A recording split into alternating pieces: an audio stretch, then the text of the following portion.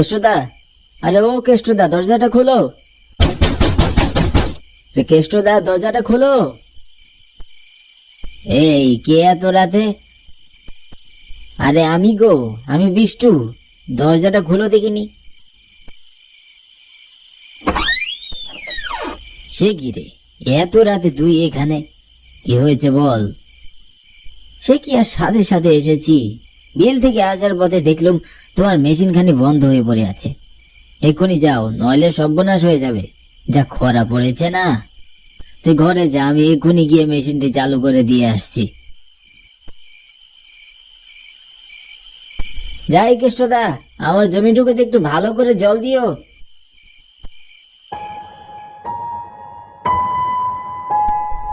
আমি কেষ্ট, গ্রামের দক্ষিণ পাশের জমিগুলোতে সেচ দেওয়াই আমার কাজ।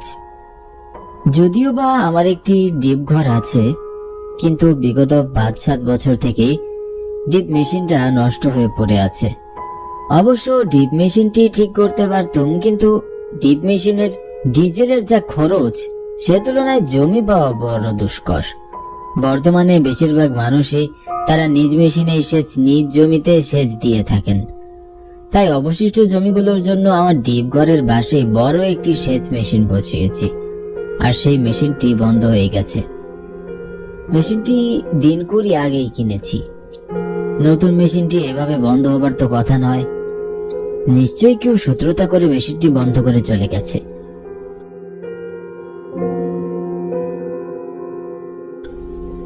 এক হাতে হ্যারিকেন আর অপর হাতে একটি লাঠি নিয়ে মেঠো পথের রাস্তা দিয়ে একা একা হেঁটে চলেছি বিলের পথে।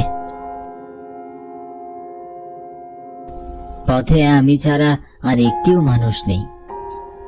সন্ধ্যের পর বিলের মাঝে মানুষের অস্তিত্বই খুঁজে পাওয়া দুষ্কর। তার মধ্যে এখন তো বাজে রাত প্রায় ১০টা। একে তো শিয়ালের আনাগোনা, অপর থেকে ভূতের ভয়। শুনেছি আগুন দেখলে ভূতেরা কাছে আসে না।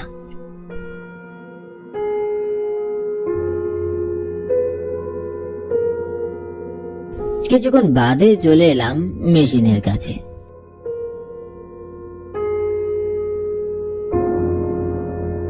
কাছে এসে দেখি সত্যি মেশিনটি বন্ধ হয়ে পড়ে রয়েছে। আমি হাতে থাকা হ্যারিকেন আর লাঠিটা পাশে রেখেই মেশিনটি স্টার্ট দিলাম।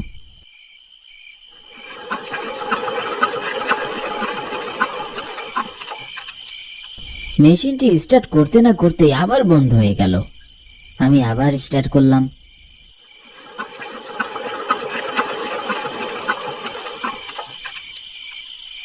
কিন্তু আবার মেশিনটি বন্ধ হয়ে গেল। সে কি, নতুন মেশিন এভাবে বারবার বন্ধ হচ্ছে কেন? আজ রাতভর জল দিতে না পারলে তো সর্বনাশ হয়ে যাবে। চারিদিকে যা খরা পড়েছে, নদী নালা পর্যন্ত শুকে কাঠ হয়ে পড়ে আছে। আমি আবারও মেশিনটি স্টার্ট করতেই দেখলাম মেশিনটি চালু হলো।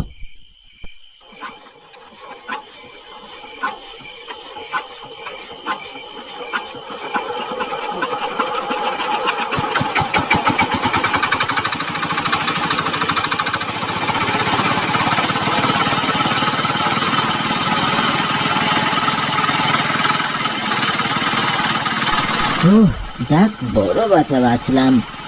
এখন মেশিনের কাছে থাকা প্রয়োজন। কখন যে আবার বন্ধ হয়ে কে জানে।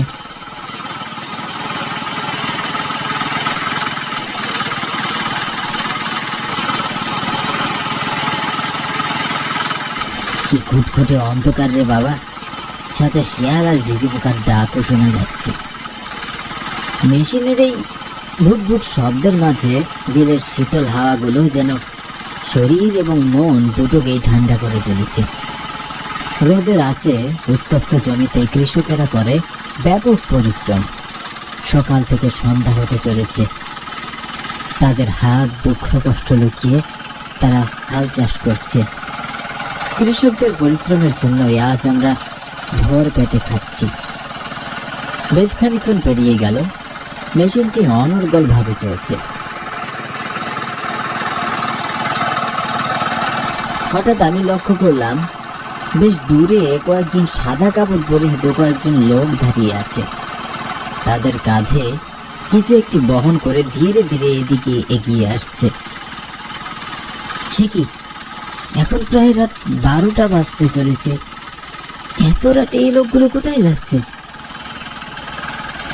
অনর্গল দৃষ্টিতে তাকিয়ে রইলাম তাদের দিকে। বেশ খানিক্ষণ পর আমি যা দেখলাম তা দেখার পর আমার নিজের চোখকেও আর বিশ্বাস হচ্ছিল না।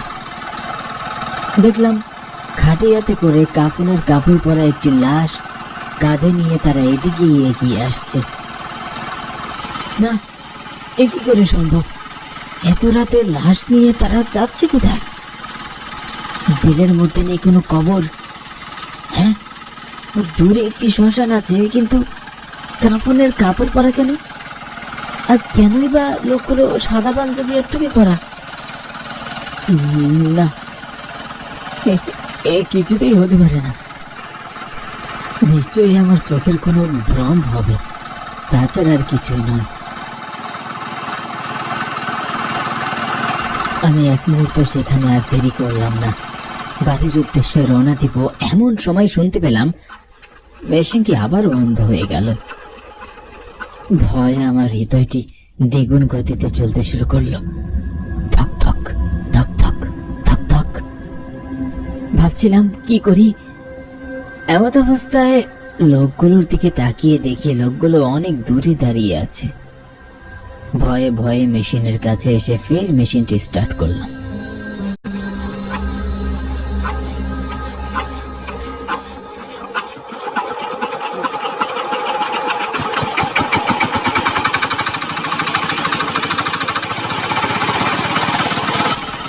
খানিক্ষণ বাদে পিছনে তাকিয়ে যা দেখলাম তা দেখার পর আমার মনের ভিতরে শীতলতম শীতল হাওয়া বইতে লাগলো। ভয়ে যেন দম বন্ধ হয়ে আসছিল। তাকিয়ে দেখি লোকগুলো আমার থেকে 20 হাত দূরে দাঁড়িয়ে আছে। এও কি সম্ভব? এত দূর থেকে এতটুকু সময়ের মধ্যে কিভাবে তারা এখানে এলো? ভালো করে লক্ষ্য করে দেখলাম লোকগুলোর চেহারা ফ্যাকাশে এবং চোখগুলো দিয়ে রক্ত টপ টপ করে পড়ছে। আমার আর বুঝতে বাকি রইল না যে এরা কারা। আমি অনেক জোরে দৌড় দিলাম। আমি দৌড়াতে দৌড়াতে আর পেছনে তাকানোর সাহস পেলাম না। আমি হাঁপিয়ে গেলাম, কিন্তু আমি যা দেখলাম তা দেখে আমি নিজেকে আর বিশ্বাস করতে পারলাম না। মনে হলো আমি আমার প্রাণটি হারিয়েই ফেলবো। এক পাশে সেই লোকগুলো মাটি খনন করছে, আর পাশে রাখা আছে কাফনের কাপড় পরা সেই লাশ। এদিকে মেশিনটি বুদবুদ বুদবুদ শব্দ করেই চলেছে। এমন সময় আমি অনুভব করলাম অনেক সুন্দর এক প্রকার সুগন্ধি আমার নাকে ভেসে এলো। আমি পেছনে তাকালাম। পিছনে তাকিয়ে যা দেখি তাতে আমার দম বন্ধ হবার মতো অবস্থা। তাকিয়ে দেখি কাপড়ের কাপড় পরা সেই লোকটি আমার সামনে দাঁড়িয়ে আছে। খানিক্ষণ বাদে লোকটি হা হা করে হেসে উঠল।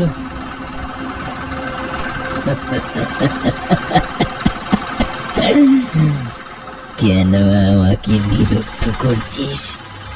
তোর মেশিনের শব্দে আমরা বিরক্ত হচ্ছি, তোর মনে কি একটু ভয় নেই? কথাটি বলেই লোকটি আমার হাত চেপে ধরল। আমাকে ছাড়ো, আমার ভুল হয়ে গেছে। আমি আর তোমাদের বিরক্ত করবো না, আমাকে ছেড়ে দাও, আমার ভুল হয়ে গেছে। এরপর আমার চারপাশটা কেমন যেন অন্ধকার হয়ে গেল। আমি আর কিছুই দেখতে পাচ্ছি না।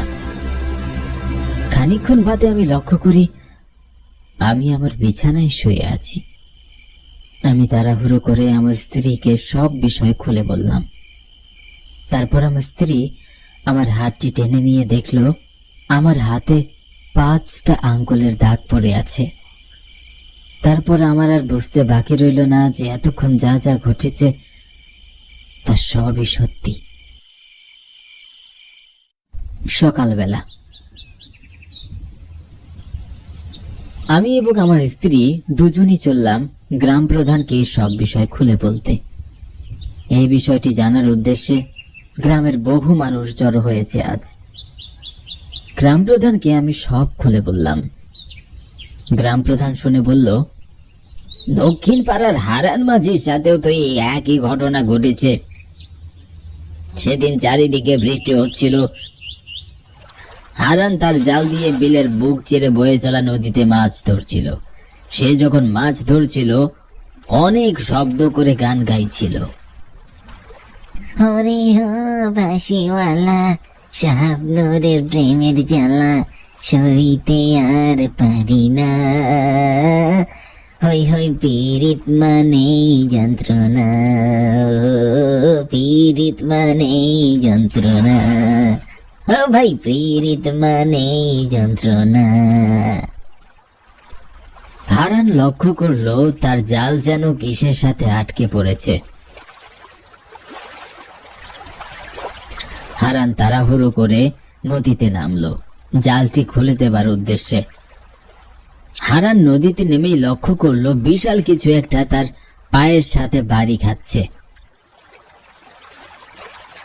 হারান পানি থেকে জিনিস উপরে উঠিয়ে দেখলো একটি লাশ, সাদা কাফনের কাপড় পরা একটি লাশ। একটু পর লাশটি হাসতে হাসতে বলে উঠল,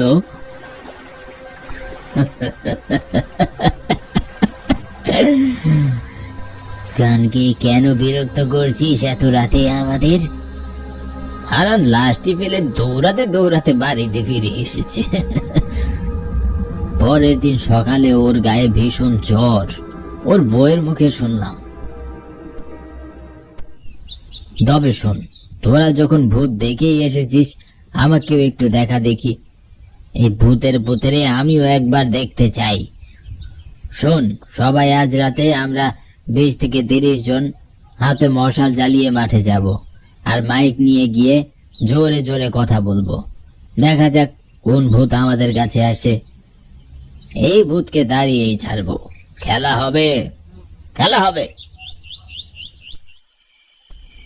যেমন কথা তেমন কাজ। গ্রাম প্রধান তার দলবল নিয়ে হাজির হলো বিলের মাঝে।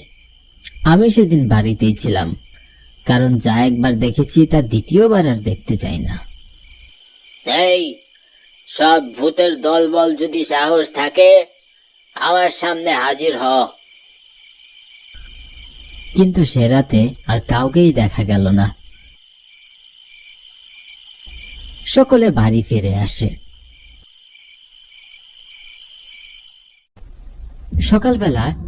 সকালে গ্রাম প্রধানের বাড়ির উঠানে তার লাশ পাওয়া যায়। তার মৃত্যুর ঠিক কোনো কারণ আজ পর্যন্ত জানা যায়নি।